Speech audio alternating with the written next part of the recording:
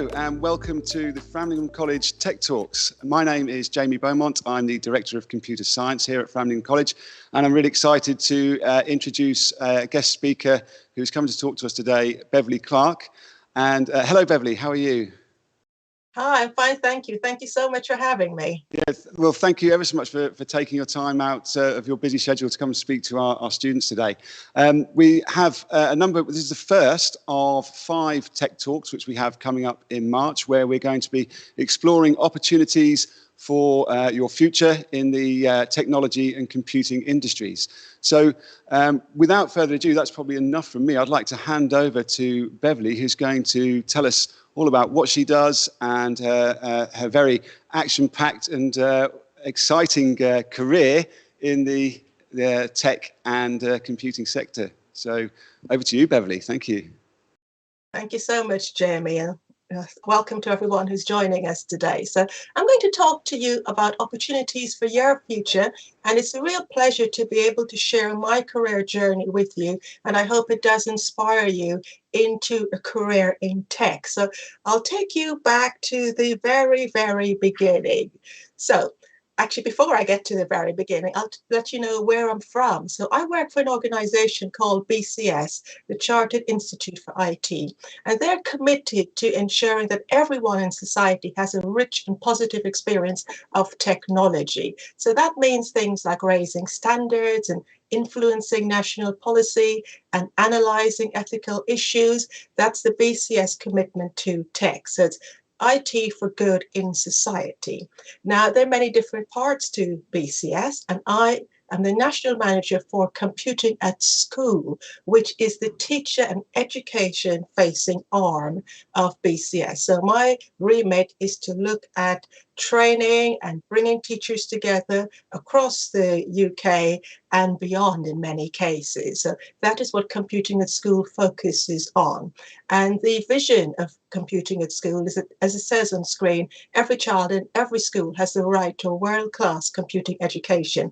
And the reasons for having a world-class computing education will become apparent hopefully as we go through this presentation. My Twitter handle and the Computing at School Twitter handle are also on screen if anyone is tweeting, and you'll also find those across all social media such as Instagram and beyond. So without further ado, let me take you on my career journey. So my career journey, I will start with my GCSE computing career journey. So I was one of those first cohorts of students to do GCSE computing back in 1988. So this was a transition period within education. And I'm proud to say I did extremely well at GCSE computing. And this is considering that I had only, my parents had recently migrated to the UK, having lived in South America and the Bahamas. And I did not have a rich grounding in computing. So the first thing I'm going to share with you is about being adaptable. Okay, so as we go through this presentation, I will share with you what I learned at each and every single step. And some of these things have been built upon as we've gone along. So I've built upon and I've learned new skills and knowledge and experiences at every single stage. So GCSE computing, I didn't have a background in it, but I came to school in England. 2 years later, I had what was an A star back then in GCSE computing. And I was really proud of that. I was quite excited because prior to that, I hadn't seen computers. I mean, rich access to books, as the photo on the right shows. I was a young child growing up in sunny South America, and I go to school, go to the library. I was always a curious child. So curiosity is one of the skills I think you do need to have for a career in tech. But there weren't computers as such. Playing computer games or doing anything tech related wasn't an opportunity available to me. But nevertheless, as I said, I did extremely well. However, at A level, I did not do well, and that was a shock. I was predicted what were A grades, and I did not get those. So that was a bit of a setback, and I started to learn a bit of resilience at that point. However, I then went on to university, South Bank University in London. And again, that was another part of my experience which fostered resilience in me, because I found the first 2 years of my degree, to be quite honest, really, really challenging, because I'm not a mathematician, and there was quite a lot of maths in my degree, and I did have to work really hard at that, but I persevered. And then the third year of my degree, I was basically in what's called a sandwich degree. So the third year is an industrial placement where you go out into industry and learn a bit more about your field. And this really helped me to be further resilient. So resilience is one of the themes, and to just persevere. So at the time, the country was going through a mini recession, and there weren't many jobs available for trainees and to learn anything. So I sent off 100 application forms. So this is back in the day when you just print off, you type, you print off, pop into an envelope. So it wasn't emails. And I sent off 100 of these. So there was an investment by myself and my parents into all those stamps to send off 100 application forms. And again, it was filling them in by hand. And I kept getting rejection after rejection. And, I refined my technique, and I eventually got 2 offers for interviews. And out of that, I got 1 job.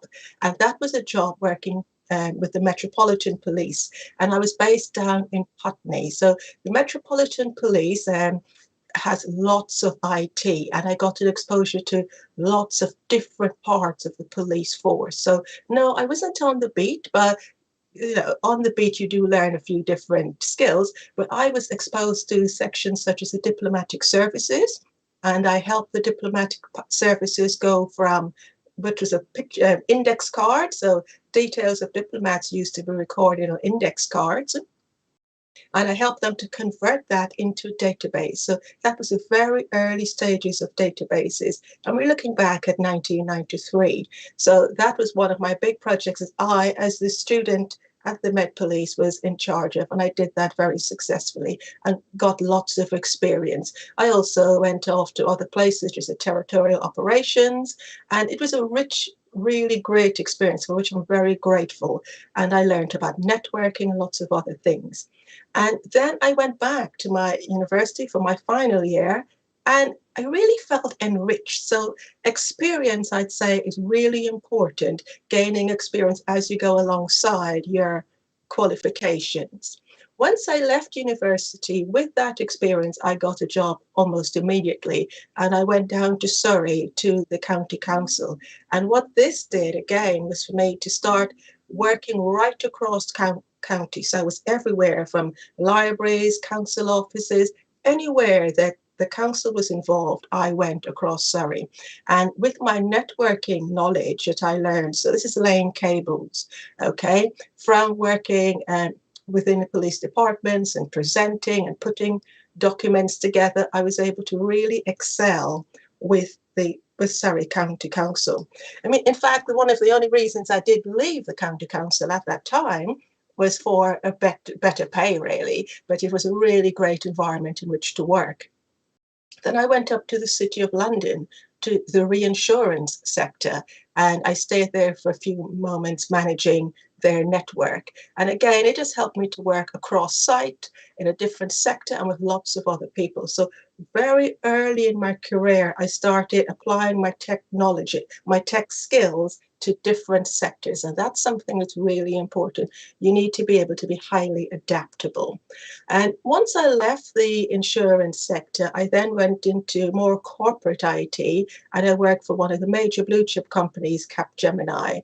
And with Capgemini, they had a policy of rotating you every 6 months, which was really exciting because I then started traveling an awful lot more than I had done previously. So, for example, I was working at Exxon down in Leatherhead, and that is the petroleum industry. And then I had an experience in the healthcare industry, which was, the company's now renamed again, but it's been Innovex, it's been Quintiles also, and this was up in Buckinghamshire. So really rich experiences and learning what different clients require from their tech. So I'd say that early career for me, the takeaways were: get your qualifications, setbacks, such as not doing great at A level and my grade was disastrous. Don't let that put you off. Start gaining the necessary knowledge in different sectors. Your resilience, don't, just keep going. Teamwork, so across all of those different sectors I've worked with teams, and I've learned to collaborate and to work with others to get my point across. I also started learning lots of time management skills since I was at university, and ensuring my assignments are in on time, and also presenting and getting better at presenting myself, first of all, and also my knowledge when I spoke to groups of people. Now, fast forward a few years, so we're now finding me in my late 20s, and I started having a few life changes. The first major one, well, I say first major, all three of these things almost occurred at the same time within a 1 month period. It was a bit of a triple whammy, really. I was made redundant from Capgemini. I was also becoming a parent for the first time, and this led me to rethink my career. So redundancy does turn your life upside down quite a lot, and that's where the resilience in previous years really started coming into play. Becoming a parent, one's life changes because you are responsible for another human being. And also then I really started thinking about, what do I really want to do now? I've got many different things to balance, and I've also got opportunities. So adaptability is something I would say you absolutely need to foster and be aware of as you go forward. So there were lots of life changes. So those life changes led me to a career in education. Now, both of my parents were teachers. My mom was a head teacher, and I had literally vowed never to teach. There I was, in my late 20s, coming up to 30, and I thought, oh, I think I can actually teach. So I ventured forth into adult education teaching, and I had to reskill and gain qualifications for lecturing in a college. And I spent 7 years, 7 successful years in a college in Surrey, lecturing in IT. And what I started seeing was that what industry was asking for, what we were teaching, weren't quite the same thing. And I really started noticing that. However, it was IT. And what I'll do at this point is break down this. We've got computing as a subject, which many of you are studying. And within computing, we've got digital literacy, ICT, and computer science. So think of computing as an umbrella term as I use it. So as I mentioned, I did retrain to be a lecturer, and I developed my presenting skills. And another skill I started developing once I moved into education was empathy, really listening to others and understanding them, because I was working with so many young people at the same time, and everyone comes with their own unique personality, and you've got to really relate to lots of different people. So I did 7 years at the college, and then I wanted to do more within education. So I added yet another qualification, and I basically converted my qualifications to allow me to teach within a secondary school. And so I moved to a school in Surrey, and I started off as a deputy head in the computing department. So I brought some of my skill from industry with me. So everything is transferable as we're moving along. So everything you're learning now within school is transferable and is going to be built upon as you go along. And within 2 years of being at school, an opportunity came up to be the director of computing, which I took. And that was really, really helpful. I just sort of went on from there every couple of years, adding a different string to my bow. So managing people is a great skill to have, and also there will be challenges along the way, but also having someone you can go and speak to if you are having any challenges. So you're not alone, and people management is an ongoing, continuous skill. And you'll start seeing, as I go through this presentation, that people management is a theme now within everything that I do. So I ended up spending 7 years at school in Surrey as director of computing. And then about 5 or 6 years ago, I had another life experience, and I had actually started when I was at the school developing what's called a portfolio career. And I think the portfolio career is something that you will be developing because of where we are in time and society and, you know, just as a world. So an opportunity came to me when I was teaching, and it was to be a script writer for some BBC bite-sized videos. And it was just an opportunity. Are you able to do this? You've got knowledge. Can you help? And I said, well, I'll listen. I'll see if I can do it, because I'd never written a script before. And in actual fact, when I was just a technical consultant, so there's some BBC bite-sized videos out there, still up there on the BBC website, which I am the script writer for. And I'll just be quite honest, the first time that I started speaking about it, as I worked with the video people, I felt really nervous. I started sweating. So, you know, nerves do come into play, but, you know, I'm really glad I took that opportunity. So that was my first opportunity to develop this portfolio career. So I'm adding different things as I go along. So yes, I'm teaching in the day, but then I've added script writing. Then I got an opportunity to start supporting trainee teachers. And I just started building upon these experiences. So the very start of the portfolio career, and alongside the portfolio career comes your personal network. So to be very successful and to start gaining success, I would strongly and highly suggest that you start developing your personal network. And I'm going to develop upon what I mean by that a bit later on. Okay, so in this portfolio career within computing education, I've started authoring. And a big opportunity came to me 6 years ago to write a book. Now, I had never written a book before. I'd never written so many words. And I met with the publishers and they asked me to write 35,000 words or thereabouts. And I agreed to it. And I went home and I thought, 35,000 words, how am I going to do that? And I rang my mother. As a grown up, I actually just rang my mom and said, what have I done?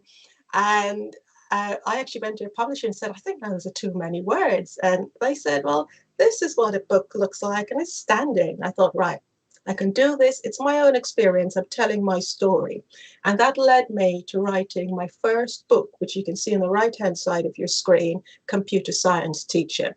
And it's really based upon my experiences of teaching computing and also of helping to get others into the career, because I had mentored training teachers, I'd mentored classroom support assistants, and lots of other people along my journey.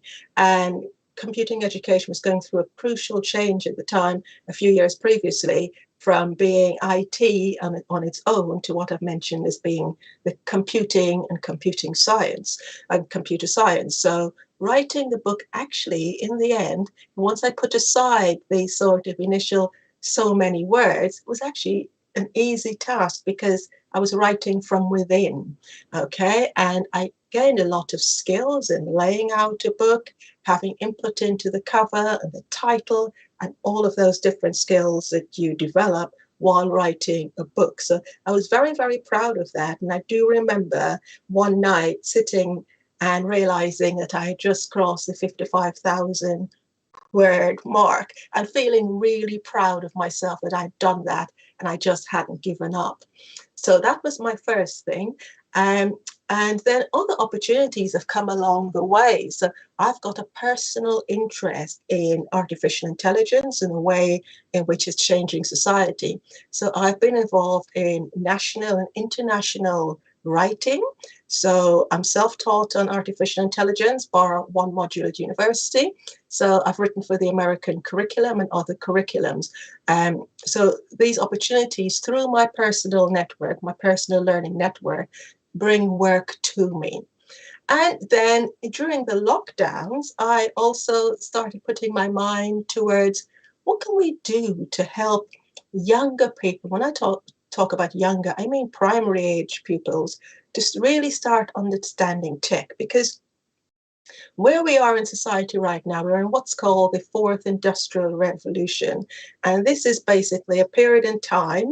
You've probably heard about the first industrial revolution. Well, we're in the fourth industrial revolution. So our time is characterized by massive changes. And these changes are being brought about by data and artificial intelligence, okay?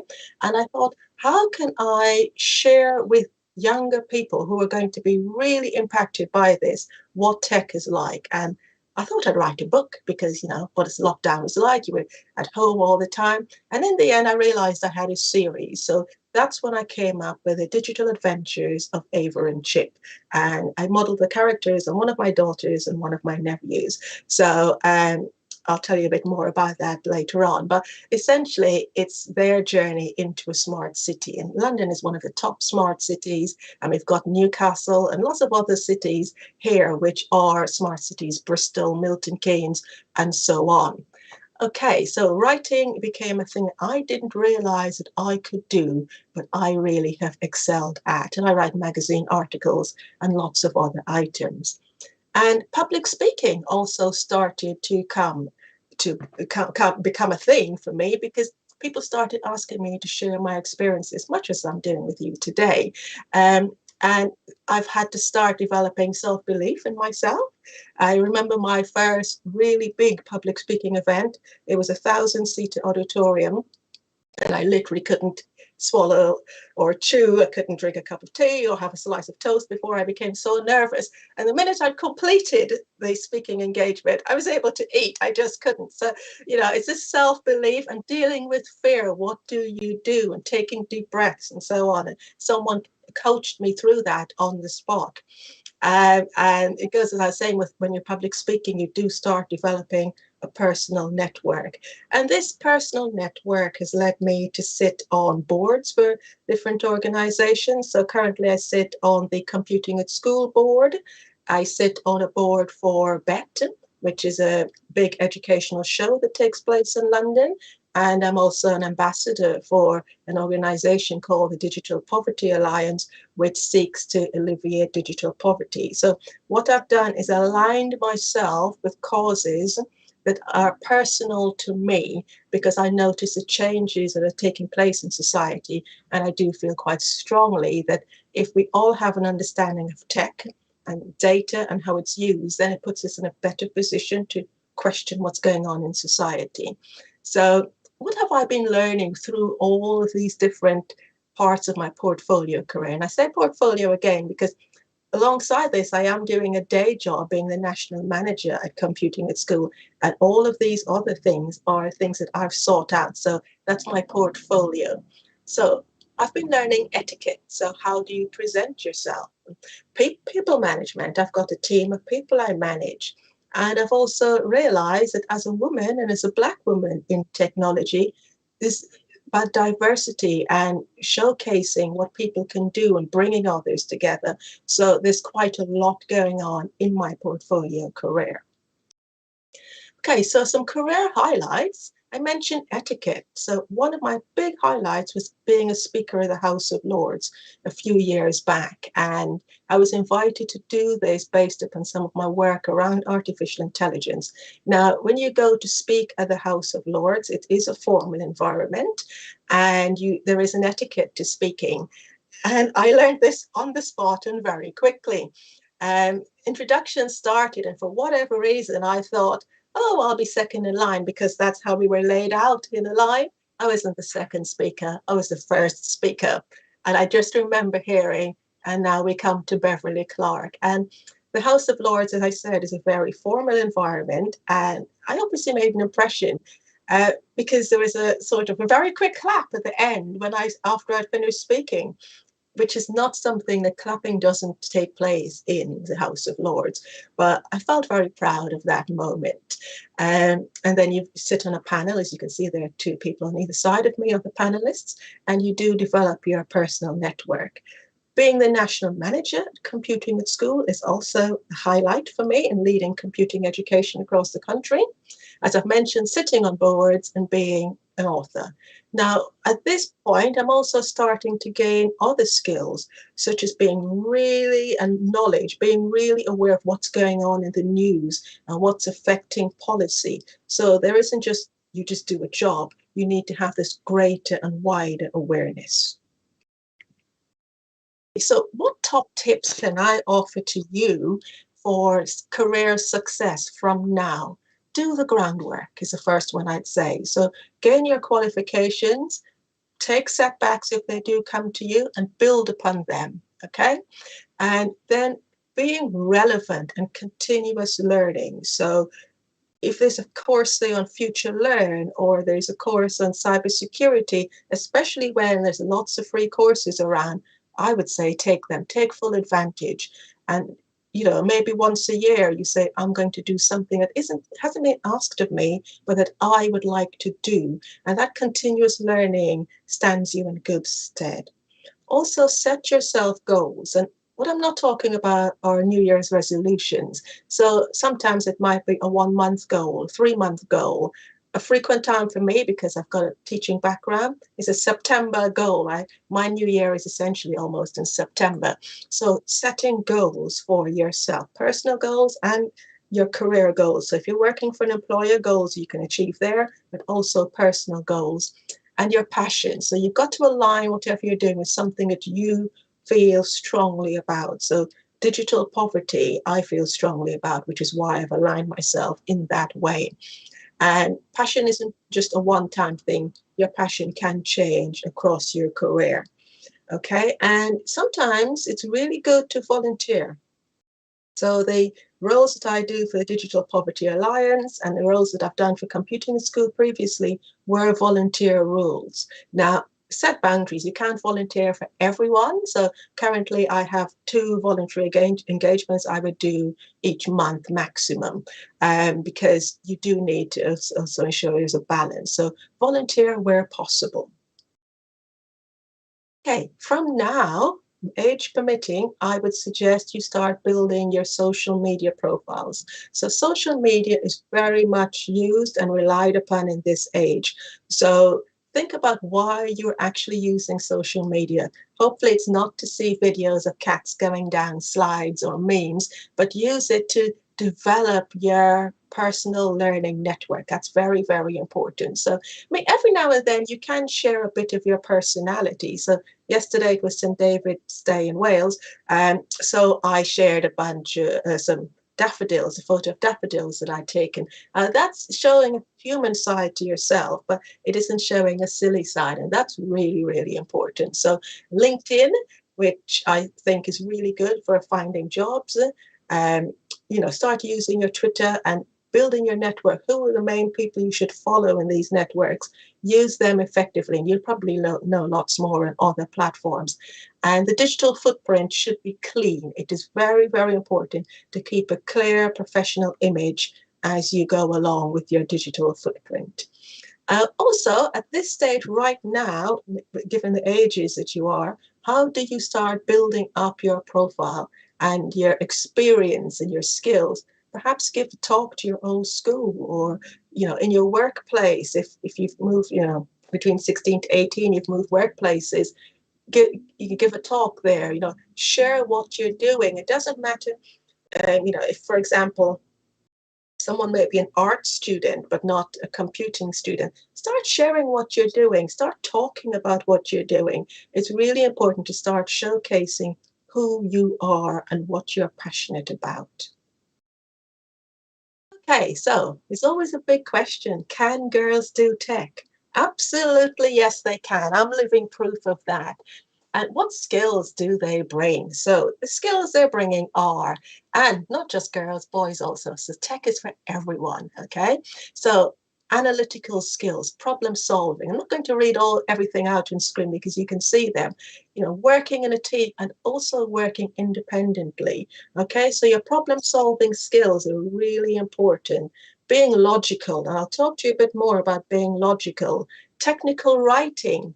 There's so many different areas, sectors that are being changed by tech, and all of these skills do influence these sectors. Yes, there are things like coding and all of that, but and cybersecurity and the actual nitty-gritty of artificial intelligence, but also there's a whole load of other skills which you need to bring to your skill set to have a successful tech career. So, bit of a quiz for you. Question. What do these women, and I'm focusing on women because there is a lack of women in tech, what do these women have in common? So, sir, if you could relay back to me what's being said, this first person, don't know if anyone recognizes her. Any ideas? Anyone know who that is? No, no. Okay, so this is an American supermodel, and she is Carly Kloss, and she's a coder also. So here I'm showing you someone who's into high fashion and a catwalk, but she's also a coder, and she only got involved with it recently. So look her up on YouTube and you'll find out more about her journey. What about this woman? Anybody? No. I know who that lady is. I can't remember. I can't remember her first name. Infodon. Yeah, she's MBE in computer science and in the field of coding, I believe. Perfect, spot on. Okay, so it's Anne-Marie Imafiden, and she's MBE. She was a child prodigy. She gained 2 GCSEs at top grades when she was about, correct me if I'm wrong here, about 10. She's a co-founder of STEMettes, which is an organization to get girls and young women into careers in tech. And if anyone watches Channel 4's Countdown, she's now the presenter on Channel 4's Countdown. I had the pleasure of meeting her a few years back. Really, really inspirational. To date, she's done the best presentation I've ever seen anyone do. And she actually had a section like this in there, which inspired me for audience engagement. How about this person? Any idea? Not seen that one before? Okay, it's Ada, Okay, Ada Lovelace, isn't it? Brilliant, thank Yep. you. The first female programmer coder. Okay. How about this person? Nope. Nope, sorry, we don't. Okay, so how many of us are using Bluetooth on our phones and Wi-Fi? I'm going to guess everyone is, Everybody. yeah? Okay.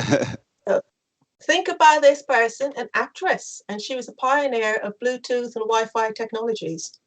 So can girls do tech? Yes, they can. And what I'm showcasing here is a variety of different people, and what they've got in common is an interest in tech. And so that creativity, that logical thinking, they're all coming through. And, it's just fantastic to see. So I'm coming towards the end, but before I come to the end and start taking your questions, does anyone watch The Wheel on a Saturday night? What's the wheel? Nope. No one is watching The Wheel. Okay, well, computing is starting to make it onto TV. And this was one of the questions on The Wheel maybe 3 weeks ago. And hopefully you are able to answer this question. So that was the contestant. I think he was up for the top prize. And what's the answer to this question? What do we think? Computer science, yes, yeah. Yes, it is indeed. Tell you what, they got it wrong. They said suffragette. So if they'd done that, they would have had the top prize at that point. So, okay. So what can you do with computing? Every subject area, and I'm talking everything from hairdressing to a top technical career with a big technical company, like Microsoft. So every single thing. I mean, recently I've observed my hairdresser using cameras to have a better look at your scalp. Then she uses social media to show photos of different hairstyles. So you can use it in every single area. So it doesn't matter what job it is, you can use tech, okay, all at differing degrees. And there are lots of newly emerging areas, such as cybersecurity.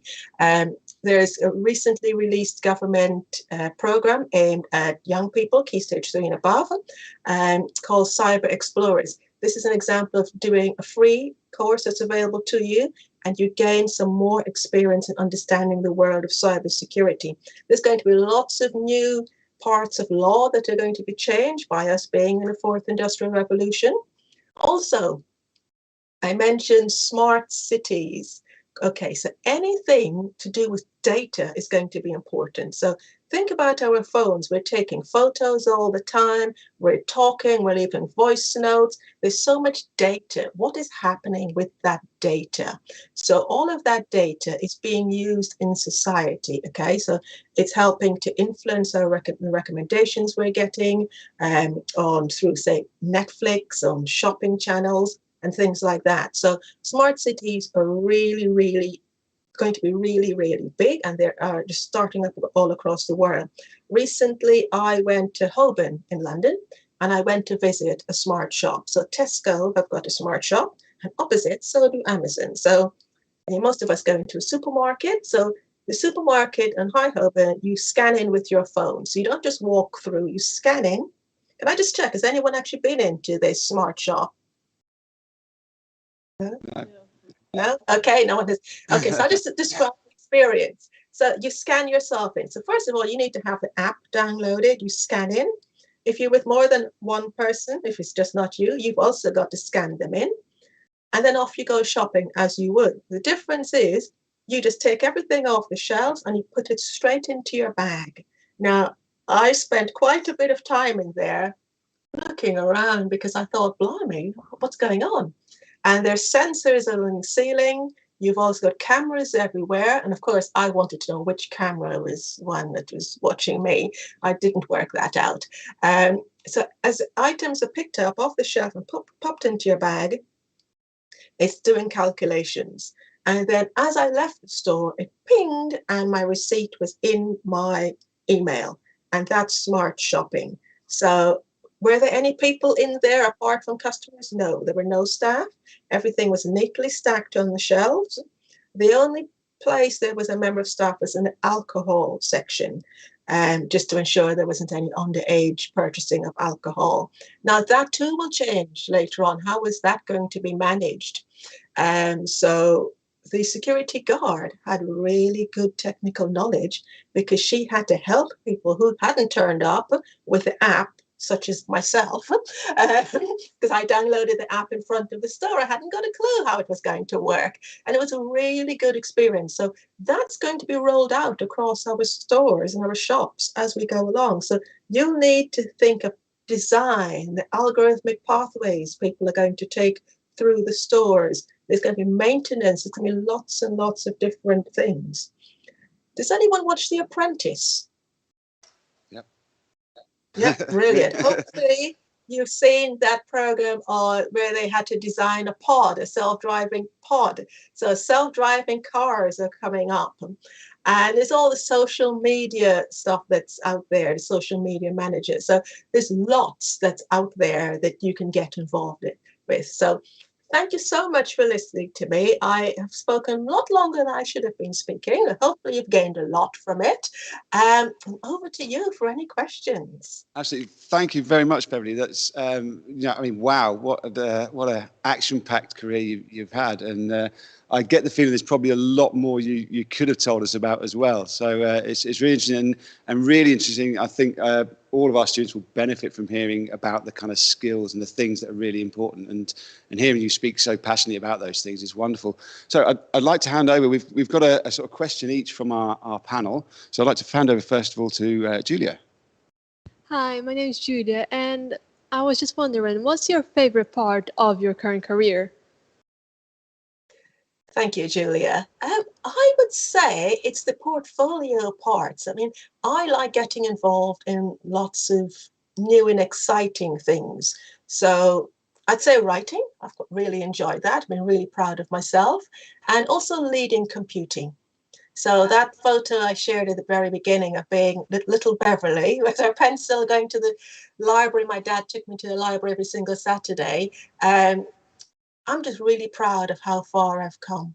And, and I've had to believe in myself a lot and dig deep sometimes, because imposter syndrome is sometimes something that some of us may suffer from.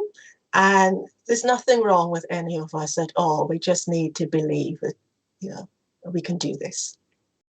Thank you. Hi, my name is Frankie, and I'd like to ask, why is it important to close the gender gap in computer science? Hi, Frankie. It's a really great question. Well, roughly half of the population of the world is female. We need products designed for females. If I share a story with you, I think a while back there was an app designed, and basically it was designed by an all-male team, and no one had taken into account the fact that women have periods. So this app was released out there, and basically it just wasn't fit for half of the population, essentially. So I think we do need to have more women getting involved. Women also use tech. So if you're a consumer of tech, you should also be involved in developing it. That's what I would say. Hello, my name's Harvey, and well, earlier you mentioned resilience, but what other qualities do you feel like people would need to have a successful career in the computer industry? Thank you.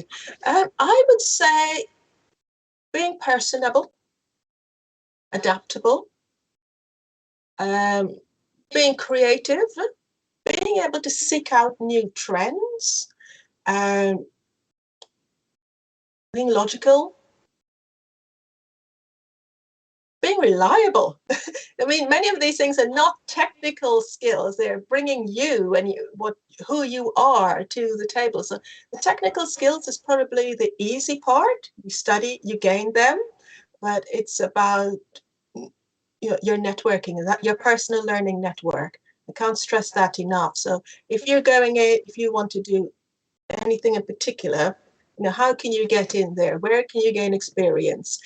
Who can mentor you as you go along? And mentoring isn't continuous. It might just be on a project and you've got someone else you can speak with. So that adaptability piece comes through, and reinventing as you go along. Thank you very much. You're welcome. Hi, my name's Meg, and I was wondering what challenges you faced as a female in the tech industry. Not a very good question. Okay, so up to a certain point, there weren't many challenges, but I found that the higher up you go, you do get questioned. Sometimes you get people talking over you. That's a very strange one. So I just step back at that point and let that person continue with that. Sometimes it seems almost as a woman, I think you've got to prove yourself a bit more. And that's not actually acceptable, because you're presenting on an equal footing. There are a few,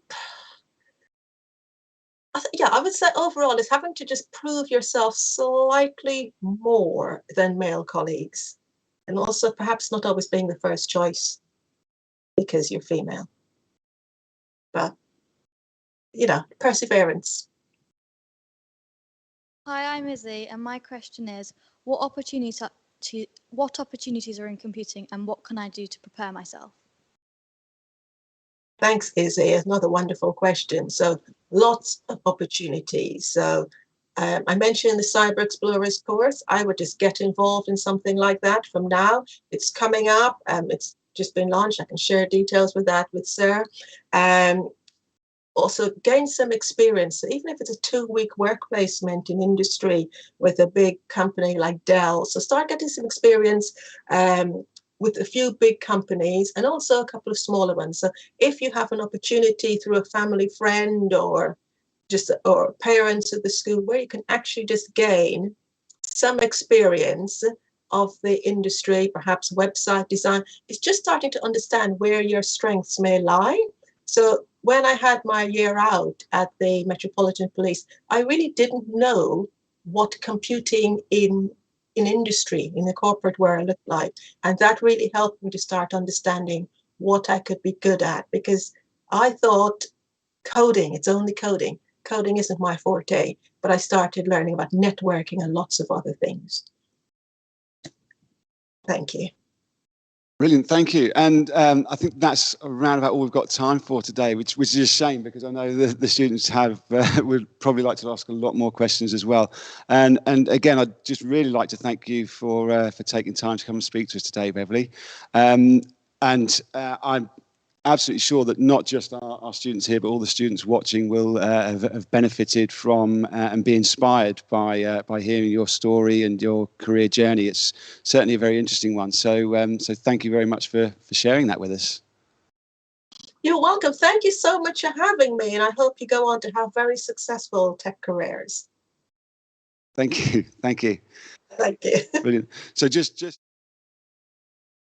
for those of you who are watching, we have another 4 tech talks coming up each week. You can get details on the Framlingham College website. Again, they're going to be a hard act to follow now after Beverly's talk today. But yeah, and it's really great to see all the opportunities that are out there for young people to get into the tech and computing industries. And I think as I said, our male students and female students will be really inspired today, but it's really important that we do kind of close that gender gap, and it's wonderful to hear from somebody who's breaking those kind of boundaries and doing it for the girls. So thanks very much.